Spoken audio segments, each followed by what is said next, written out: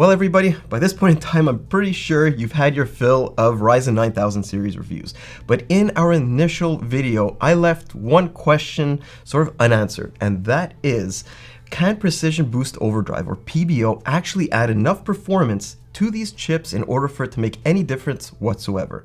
And also, since that initial review went live, there's been a couple of other little tricks that have been published out there that I wanted to test. And one of those is, does SMT actually add a little bit more gaming performance too? So I know a lot of the reviews that you've seen have been, I would say, sort of like mixed and not very positive. The same thing goes for ours, but what I really wanted to see here is, does Zen 5 have any room left in the tank for additional performance? Well, according to AMD, just enabling PBO for additional performance should be a cakewalk, since out of all of the Zen 5 chips, the 9700X I'm using here supposedly has the highest possible gains with PBO enabled. And that sort of makes sense. You see, the Ryzen 7 9700X comes with a rated TDP of just 65 watts, which is far less than its predecessor, the 7700X. Even in real world situations, you can drive a truck into the delta between their relative power consumption numbers. That translates to cooling too. So of course that got a lot of people thinking, what happens when you end up running the 9700X at the exact same or very similar power limits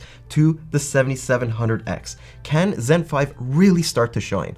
And you know what else really shines? That's this AIO from Montech. Montech with another insane value product, the Hyperflow ARGB AIOs, available in black or white, 240 or 360 sizes, with full platform compatibility and friendly tools along the way that not only look gorgeous with pump lighting and matching blade illumination, but also performance that should satisfy with any hot silicon thanks to high-speed fans, high-density fins on the rad, a good pump, and daisy-chained fans for easy cable management, all backed by the 6-year warranty, so you don't have to worry. Check it out below. All right, with all that out of the way, how did we end up testing this? Look, every single motherboard manufacturer approaches the secondary PBO settings differently. Some of them give you some options for temperature limits, other ones have a crazy amount of other fine-grained options. So for this, what we wanted to do is simply level the playing field. We enabled PBO, and that's it. That means that it maintains the chip's 95-degree temperature ceiling while also giving it a little bit more room to flex its power. And technically, that should increase its frequencies. Well, in gaming, PBO allowed for an increase of about 13 watts, which really isn't much, even in a game like Cyberpunk, which pushes the CPU much harder than most other titles. As for temperatures, we only saw moderate increases versus the stock 9700X, even in a closed case.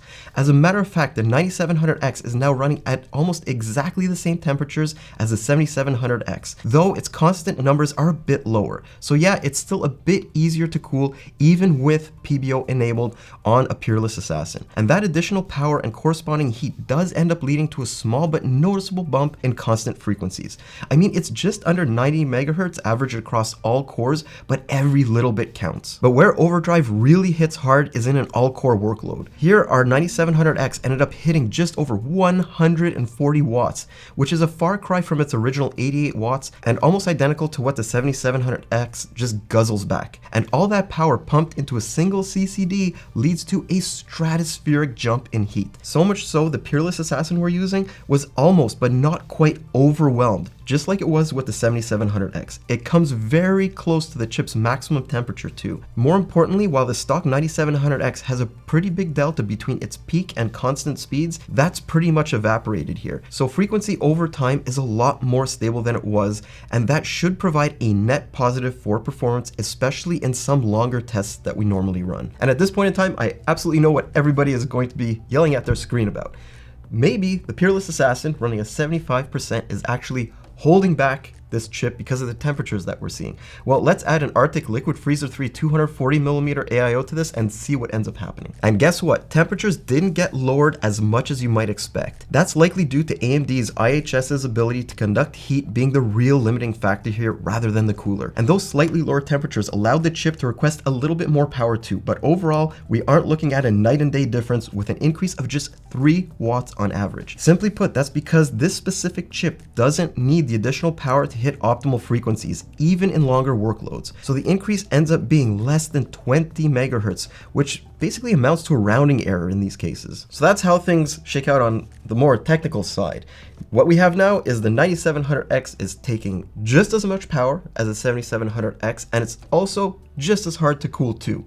But do all those sacrifices on the efficiency front actually lead to better performance? That's what I wanted to find out, and we're going to go through a couple of very quick multi-core tests to see what happens. And straight off the jump, PBO places the 9700X right where a lot of people were actually hoping it would be in the first place. That's a good 15% in front of the 7700X and 10% higher than its current 65 watt stock form. But remember, it's getting here while chugging back a ton more power. The same thing goes for Cinebench 2024, with the 9700X suddenly showing a comfortable lead over the 7700X. And in full core workloads like Blender, people will really be scratching their heads, wondering why AMD just didn't launch this bloody thing with a higher power level to begin with, because it's obviously got the chops to put on a much better show than it does at 65 watts. And if these were out of the box results, I'm sure we would have seen it costing more too. And that's important to remember here, because AMD, they're not doing you really any favors by pricing this where it is right now. So we're sort of like in a lose-lose situation. But there's one area that won't be affected by PBO. That's lightly threaded situations, simply because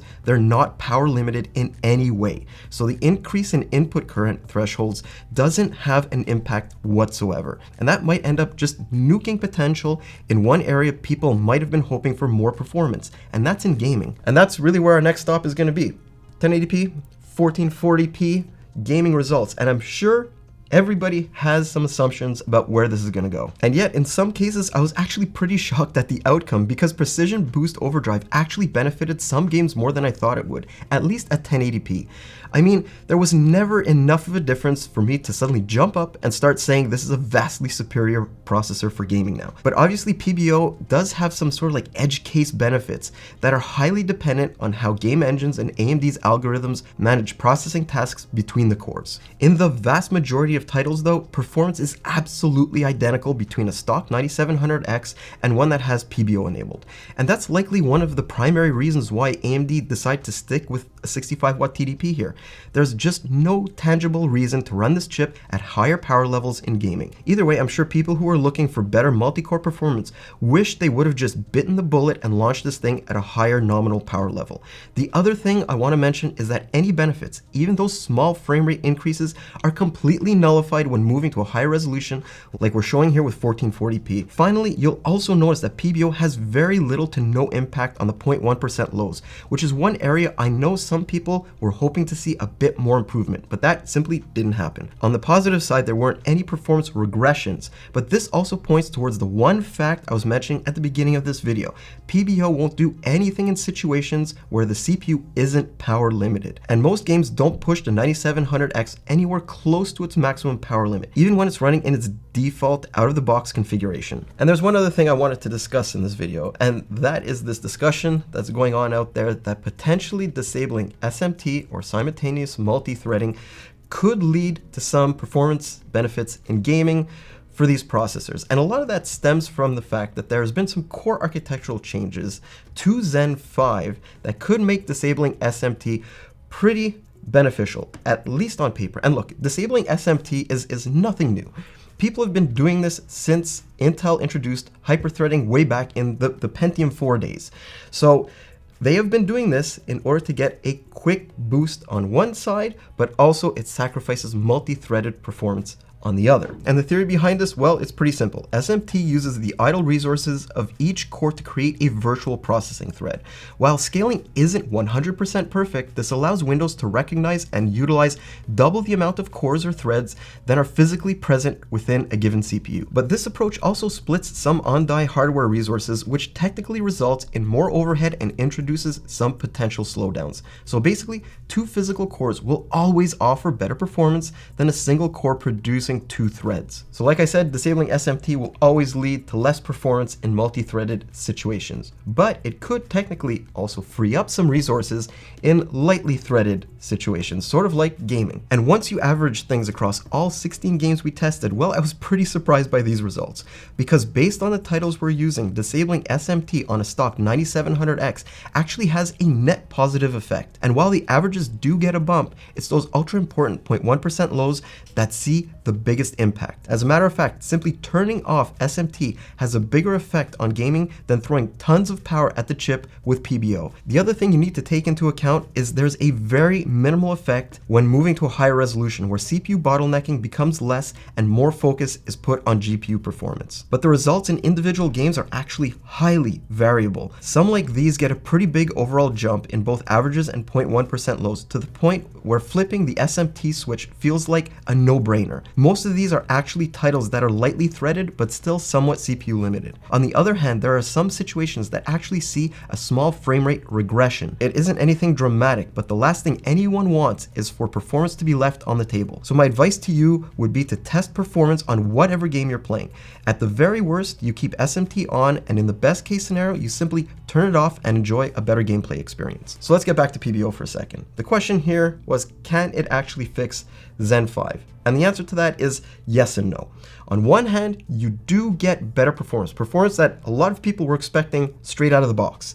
On the other hand, it comes with a massive trade-off when it comes to power consumption and heat production. And that goes to show that performance rarely scales in a linear fashion when power is increased beyond a certain point. There's a lot of diminishing returns here, and with the 9700X, it feels like AMD hit their best possible blend of efficiency and throughput. And yes, I know some people simply don't appreciate that. In this case, PBO gets you about 10% better performance in all core workloads, right alongside an almost 80% increase. I'm going to repeat that again, an 80% increase in power consumption. Basically, its performance per watt gets completely thrown out of the window. I mean, it's good to know that uplifts are there at the flip of a BIOS switch if you want it, and if your cooler can handle it, but there's literally no positive impacts for gaming. And to make matters even worse, this is a best case scenario, since according to AMD themselves, the 9700X has the most to gain from PBO, while all other Zen 5 CPUs will actually see minimum impacts. Anyways, to finish this video, I wanted to take you down sort of like a personal journey that I had during this whole review process and also this video.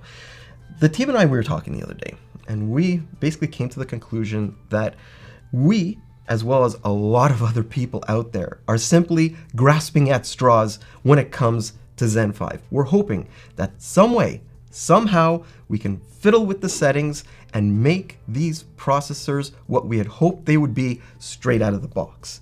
And I think a lot of that comes down to AMD's intent with Zen 5. It's very obvious as you go through this that they're not trying to optimize this architecture necessarily for the desktop market. That is not their primary intent. Their primary intent is to make Zen 5 probably the best it can be in the server market. That is simply where the money is. We get some of the trickle-down effects in the desktop market. Whether you like that or you don't, or that potentially leads to AMD becoming a sort of like a stronger company in the future, well, we're just gonna have to see. And until that point, well, I'm Mike with Hardware Canucks. I hope that you enjoyed this video and went a little bit deeper than we normally would into some additional testing, and I'm gonna see you in the next one. Have a great day, guys.